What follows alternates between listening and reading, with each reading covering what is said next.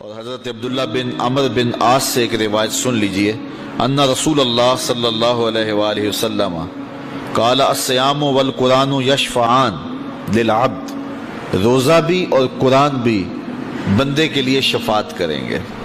قیامت کا دن ہوگا تو یہ سفارشی بن جائیں گے، باقاعدہ شکل دی جائے گی، صورت دی جائے گی اور یہ سفارش کریں گے۔ یقول الصیام، اے رب، روزہ کہے گا، اے میرے رب، انی منعتہ الطعام والشہوات بالنہار فشفینی فیہ، ہے اللہ میں نے اس بندے کو روکا شہوات سے اور کھانے سے اور پینے سے تیری رضا کے لیے، تو میرے مالک میری شفاعت اس کے حق میں قبول فرما۔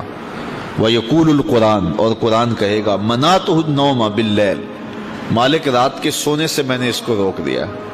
سارا دن روزہ بھی رکھا، کام کاج پہ بھی گیا، روزہ کھولنے کا بعد نڈھال تھا، لیکن عشاء کی نماز ہوئی تو تراویح کے لیے پھر مسجد میں کھڑا تھا۔ سارا دن بھوک سے کاٹا اور رات ہوئی تو یہ قرآن سننے کے لیے تھا۔ وَيَقُولُ الْقُرْآنُ مَنَعْتُهُ النَّوْمَ بِاللَّيْلِ، قرآن کہے گا، مالک میں نے رات کی نیند کو روک دیا تیرے لیے، فشفینی فیہ، تو میری شفاعت اس کے حق میں قبول فرما۔ فیشفعان، رسول کریم فرماتے ہیں اللہ قرآن اور روزے دونوں کی سفارش کو قبول کر کے اس شخص کو جنت عطا فرما دیں۔ تو آئیے ماہ صیام میں کثرت کے ساتھ قرآن مجید کی تلاوت کریں۔ تراویح کا جو اہتمام ہوتا ہے اس میں پورا قرآن سننا چاہیے تاکہ قرآن مجید کی سفارش سے فیضیاب ہو سکے قیامت کے دن۔ تو یہ درمیان میں چھوڑ کے کوئی 8 پہ بھاگ گیا، کوئی 10 پہ بھاگ گیا، کوئی 4 پہ بھاگ گیا، اس کلچر کو ختم کریں اور 20 تراویح جماعت کے ساتھ پڑھیں، پورا قرآن مجید سننے کا موقع نصیب ہو۔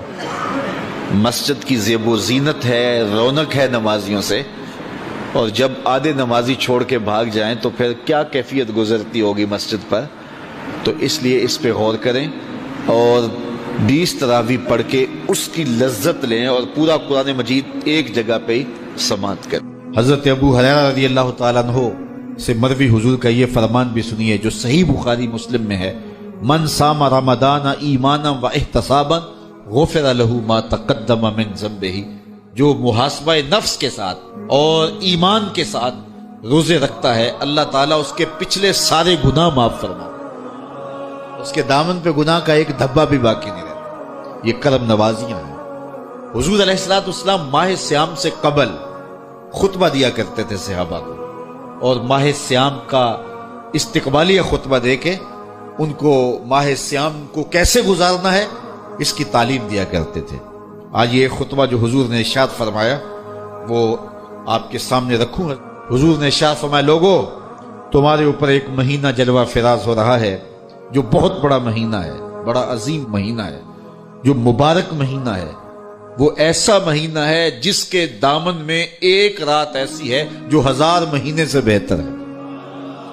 جعل اللہ صیامہ فریدہ، اللہ نے اس مہینے کے روزے کو فرض بنایا، وقیام لیلۃ تطوعا، اور اس کی رات کے قیام کو نفل بنایا، من تقرب فیہ بخصلۃ من الخیر کان کمن ادى فریضۃ فیما سواہ، اور جس نے کوئی اس مہینے میں بھلائی کی تو وہ ایسے ہے کہ جس طرح اس نے فریضہ ادا کیا۔ اگر کسی نے نفل ادا کیا تو ایسے ہے جس طرح اس نے فرض ادا کیا۔ ومن ادى فریضۃ فیہ کان کمن ادى 70 فریضۃ فیما سواہ، اور جس نے اس مہینے میں ایک فرض ادا کیا اللہ تعالیٰ اس کو 70 فرضوں کا ثواب عطا، وہ ایسا ہے جس طرح اس نے 70 فرائض عطا کیے۔ وہو شہر الصبر، وہ صبر کا مہینہ ہے۔ والصبر ثوابہ الجنہ، اور صبر کا ثواب جنت ہے۔ وشہر المواسات، ایک دوسرے سے پیار کرنے کا، ہمدردی کرنے کا مہینہ ہے، دکھ بانٹنے کا مہینہ ہے، لوگوں سے محبت کرنے کا مہینہ ہے۔ وشہر یزاد فیہ رزق المومن، یہ وہ بابرکت مہینہ ہے جس میں مومن کا رزق بڑھا دیا جاتا ہے۔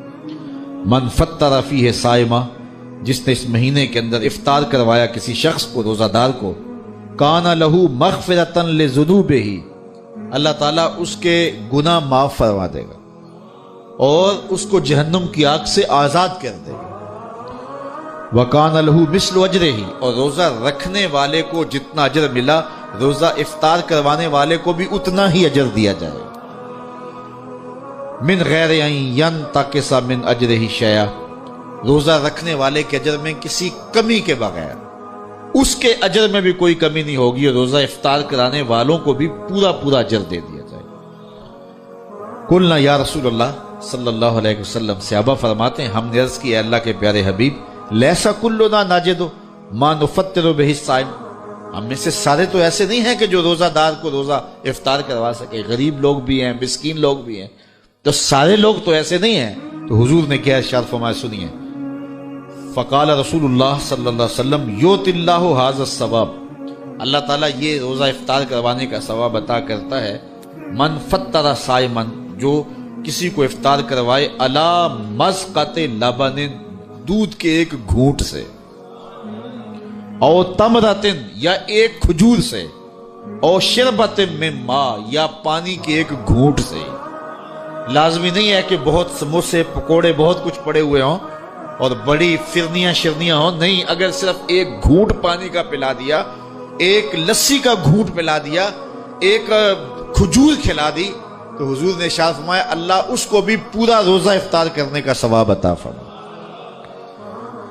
اور آگے فرمایا واشبع صائمن، اور جس نے شراب ہو کے کھلایا، اس کو صحیح پوری فل افطاری کروائی، تو اس کا اجر کیا، سقاہ اللہ من حوضی شربتا لا یظمأ حتی یدخل الجنہ، حضور فرمایا اللہ اس کو حوض کوثر سے جام پلائے گا یہاں تک کہ وہ جنت میں داخل ہو جائے گا، اور جنت میں داخل ہونے تک 50,000 سال کا دن ہوگا، اس کو دوبارہ پیاس بھی نہیں لگے گی۔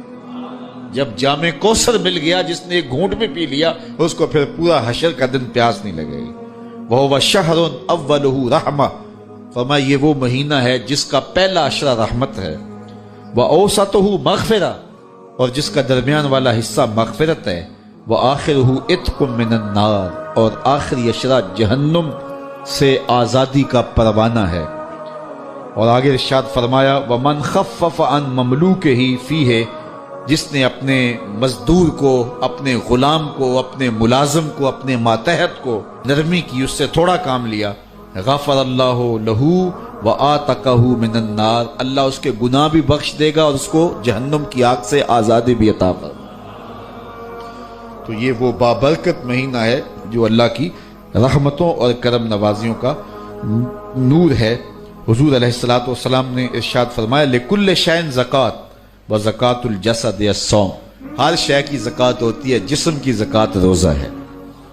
تو روزہ جسم کی زکوٰۃ ہے، باطن کا تزکیہ ہے، من کا چراغاں ہے، نفس کی سرکوبی ہے، شیطان سے بچاؤ کا ذریعہ ہے، اور دوزخ سے ڈھال ہے، اللہ کی رحمتوں کا حقدار کرتا ہے اور اس کی کرم نوازیاں ہمیں نصیب کرتا ہے۔ خوش نصیب ہیں وہ لوگ جو ماہ صیام کو پورے خشوع و خضوع سے گزارتے ہیں۔